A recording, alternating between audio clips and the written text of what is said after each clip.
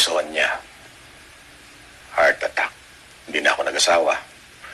I devoted my time sa pag-aalaga sa aming anak, si Philip. Mabait na anak si Philip. Masunurin. Mapagmahal. Akala ko nga magpapari siya eh. Eto. Binigay niya sa akin to nung 50th birthday ko. Tapos nakilala niya si Nina. Hindi na natuloy ang pagpapari niya. Kinasal sila.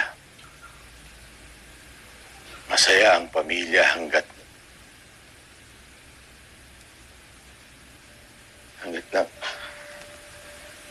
na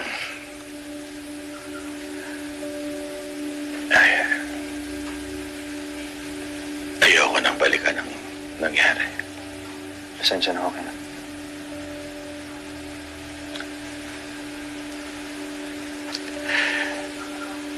It's okay.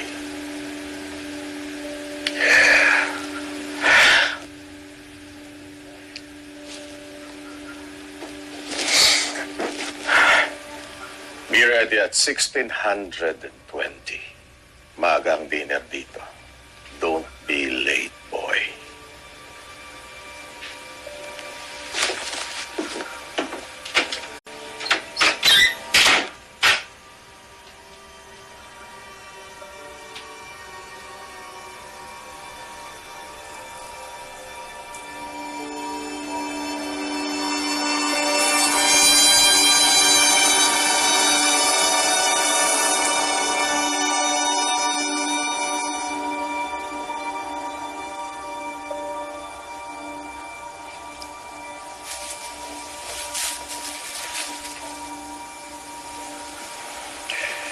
Desidido ka na ba talaga sa gagawin mo?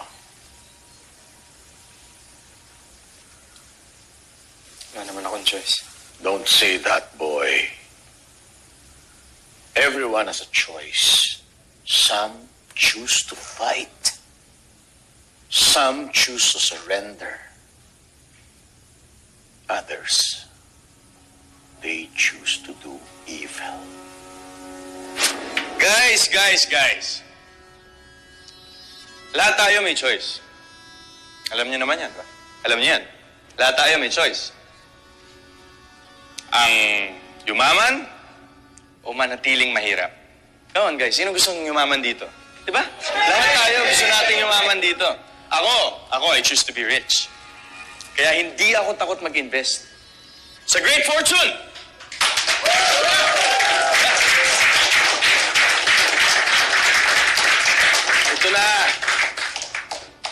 Ito na ang pagbangon natin mga Pilipino.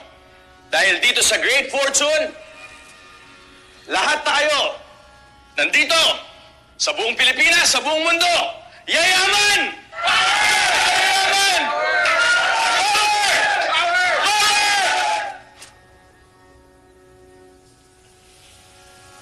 Hindi pa nakaalam ko anong pinaglalaban ko. Sarili mo!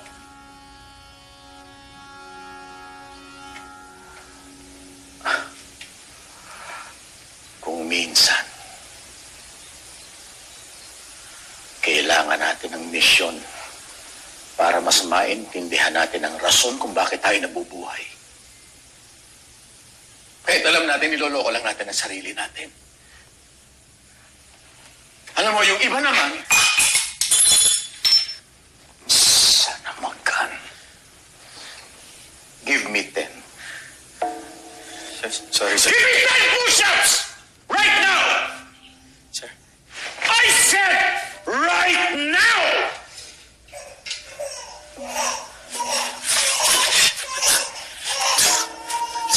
Hindi porket may dilubyo, kakalimutan na natin ang halaga ng disiplina! Boy! Do you understand? Do you understand? Yes, sir.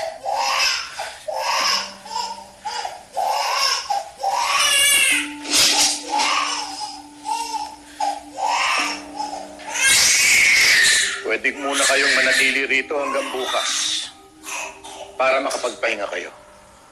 Sige, magpapahinga na ako.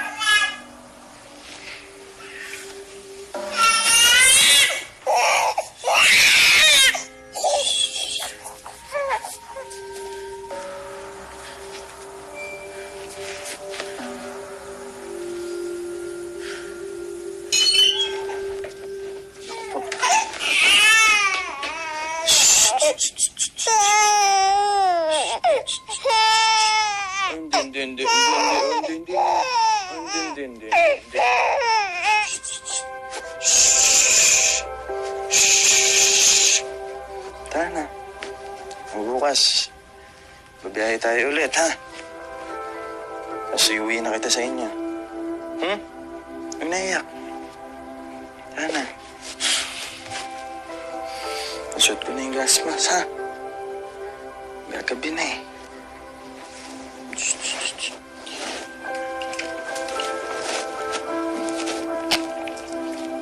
Yan. Ayan.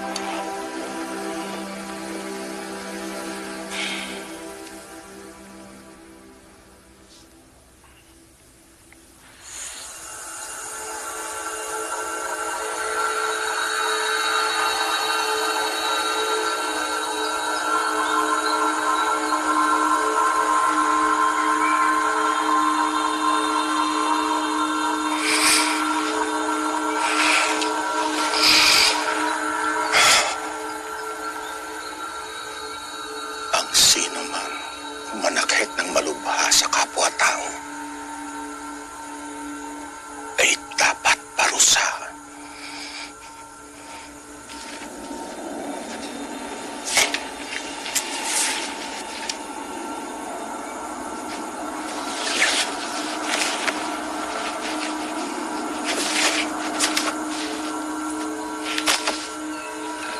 At ang sino mang gumawa ng masama sa kapwa-tao ay dapat parusahan ayon sa kanyang pagkakasala.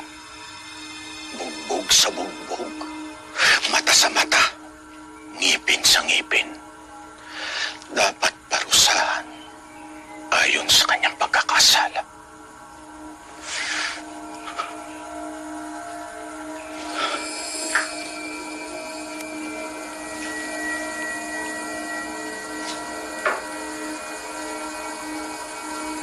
Ang pumatay sa kapwa-tao ay dapat patayin. Ang pumatay sa kapwa-tao ay dapat patayin.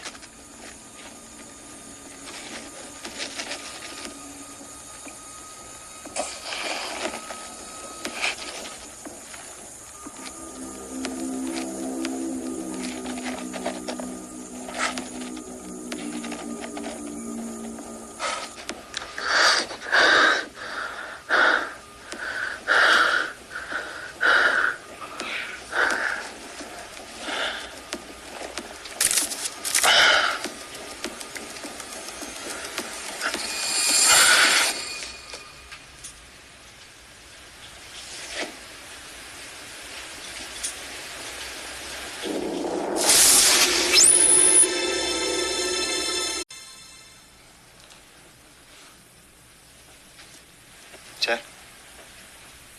Akala ko hindi na ito mangyayari. Pinagdasal ko to sa Diyos. Sa wakas, dinala ka niya rito para maging malaya na ako. Anong pinagsasasabi niyo? Ikaw ang pumatay kay Philip. Ikaw ang pumatay sa anak ko. Hindi ko totoo yan. Hindi ko nga ako kilala yung anak niyo eh. Sinungaling ka! Sir, Ikaw ang nilalakit na yan, di ba? Ha?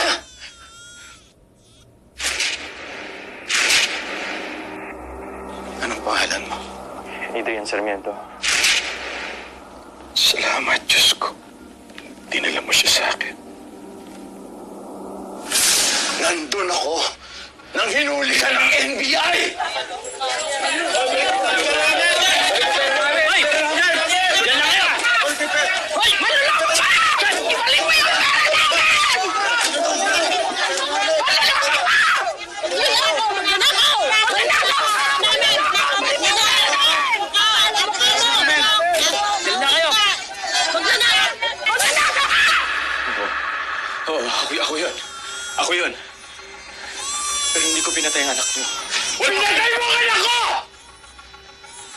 siya dahil niloko mo siya! Pinaniwala mo siya sa negosyo mo!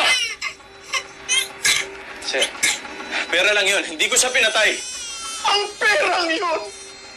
Ang buhay niya!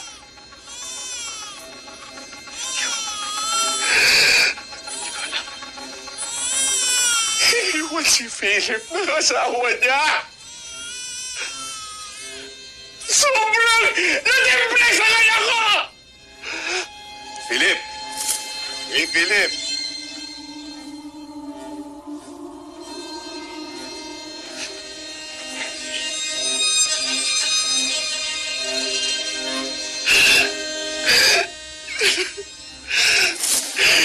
Nagpakamatay ang anak ko dahil sa kagagawan mo!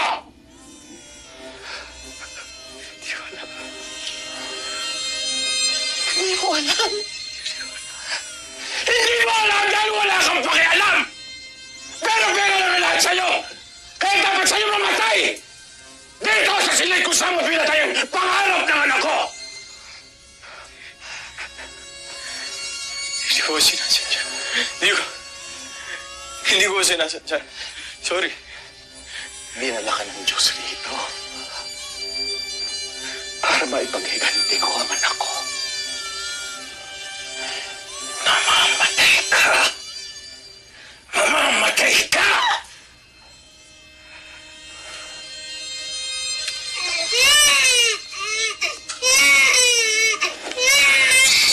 Pero nga tama ka.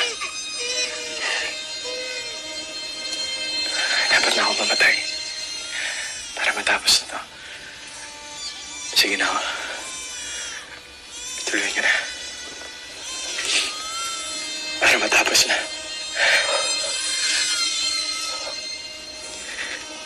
Sorry. Sorry kung hindi na kita matutulungan. Sorry kung hindi na kita mauwi sa bahay niyo.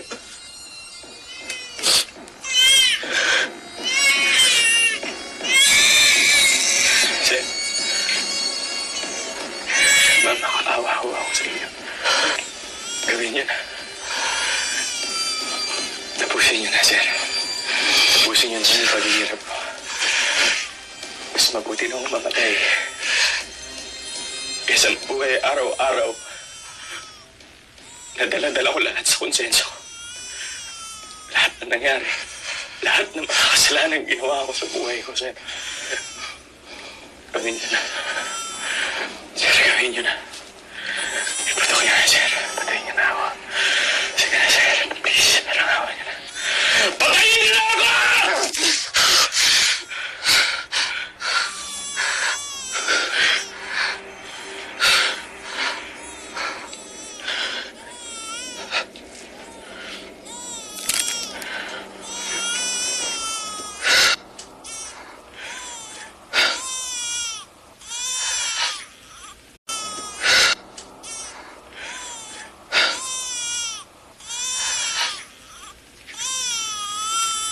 Akala ko,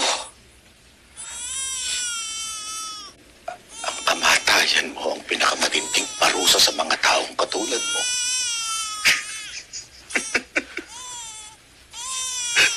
Hindi pala. Mas matindi ang pinagdaraanan mo ngayon. At ang pagdaraanan mo pa dahil sa salot.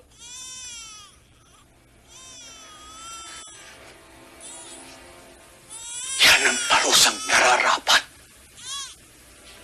sa isang katulad mo. Ang mamatay ng dahan-dahan. Sige. Lumayas ka na sa bahay ko.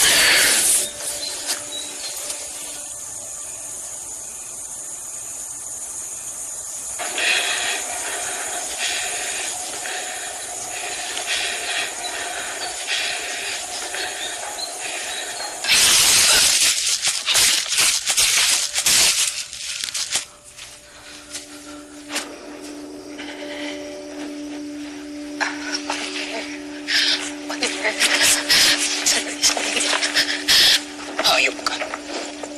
Ang kapal na mukha mo pumunta dito. Tama na. Teka lang, Juan.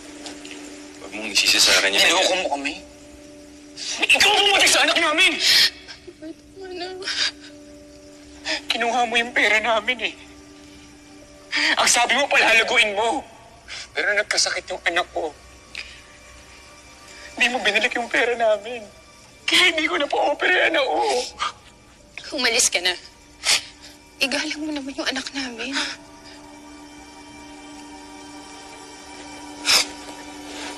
Condolenza.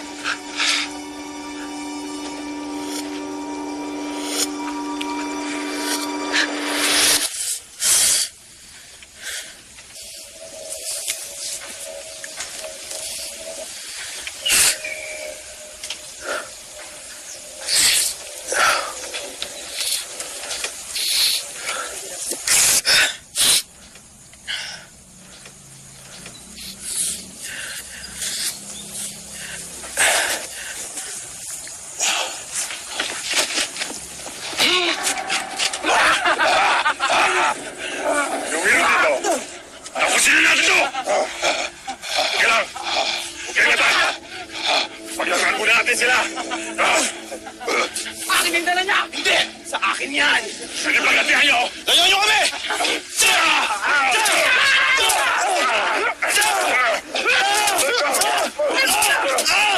Dito sa kukuha sa akin!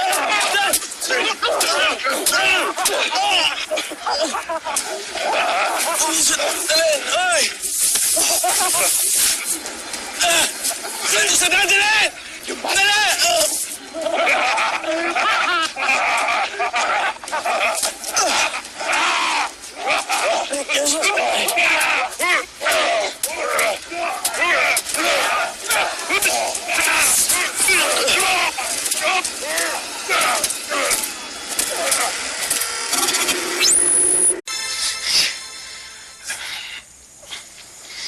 Saan ka?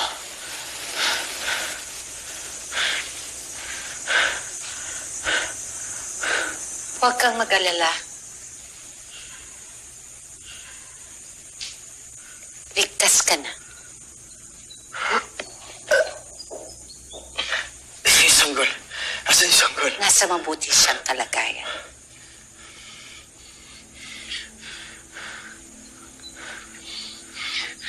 Paano ako napunta dito? Iniligtas ka ng mga tauhan ko.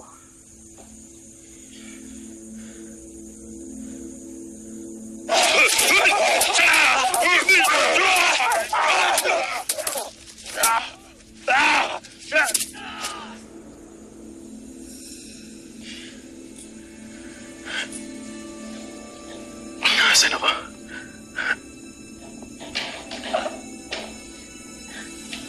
Nandito ka sa santuaryo namin.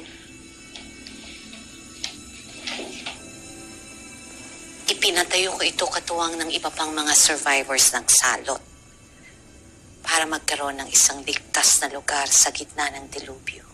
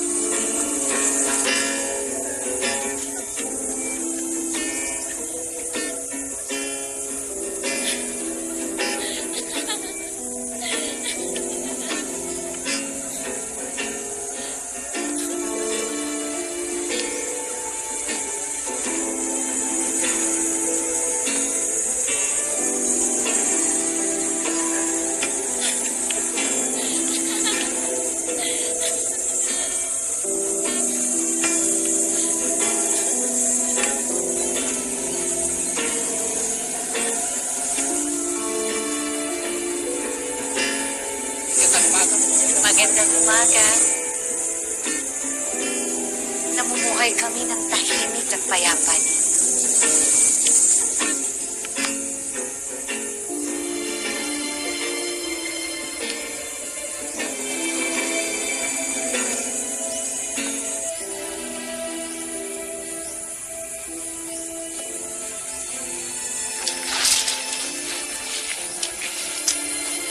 May sapat kaming pagkain dito na nanggagaling sa sarili naming pananim.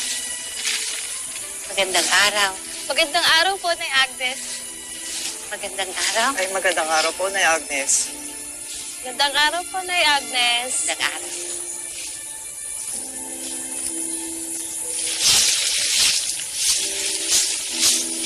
Dito, pinoprotektahan kami ng aming Panginoon.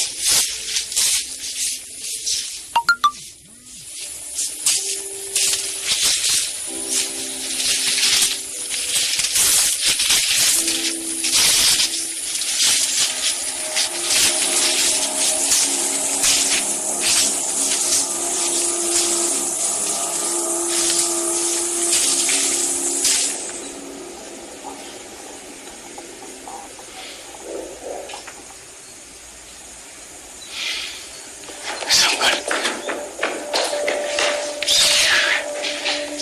Salamat at ligtas ka.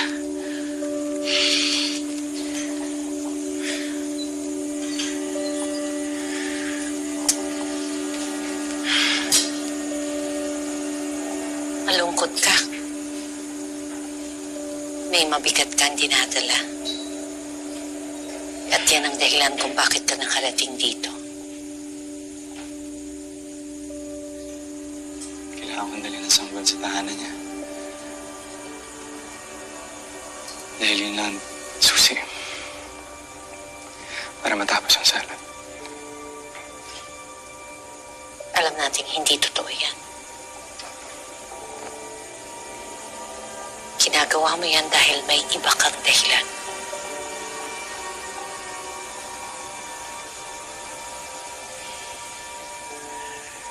Ilabas mo at makikinig ako. Ilabas mo at makikinig ako. Marami akong nilokong tao. Pinaniwala ko sila. Hinikayat ko silang sumali sa isang investment scheme na hindi nag-i-exist. Nagpakasasa ako sa pera nila. Katiran ko, walang maluloko kung walang magpapaloko. Kasi kung di ako gumawa, may iba pang mabibiktima sa kanila. Walang ibang mahalaga sa akin. Hindi pera. Hanggang sa nahuli ako, kukulong na sana na biglang dumating yung sala. Takas ako, akalain mo yun. Kinukumbinsi ko yung sarili ko. Yung sinasabi ko sa sarili ko na maswerte pa rin ako. Pero sinumiloko ko.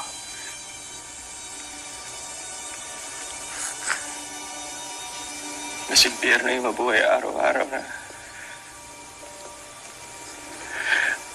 dala mo lahat ng sakit. Yung mga taong pininsala ako. Yung mga taong niloko ko. Dahil pininiwala ko sila sa akin. Niloko ko sila. Ginago ko sila. May paraan para hanapin ang tunay na kapayapaan. Tutulungan kita.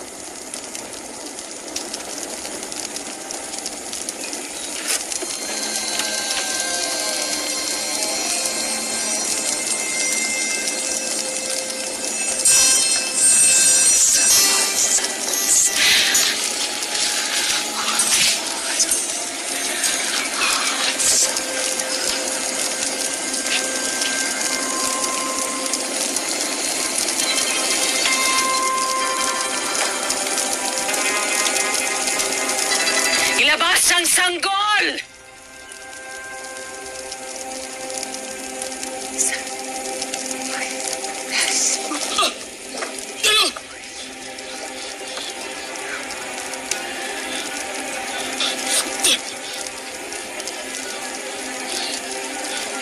Ano ginagawa niyo? Hindi mo ba nakikita ang lahat ng sakit na nararanasan natin ay nilikha ng Diyos? Siya ang may gawa ng lahat ng pagdurusa natin. Siyang dahilan kung bakit tayo nagdurusa, kung bakit may salot na pumapatay. Toya. Kaya, dapat natin siyang gantihan. Dapat natin siyang parusahan!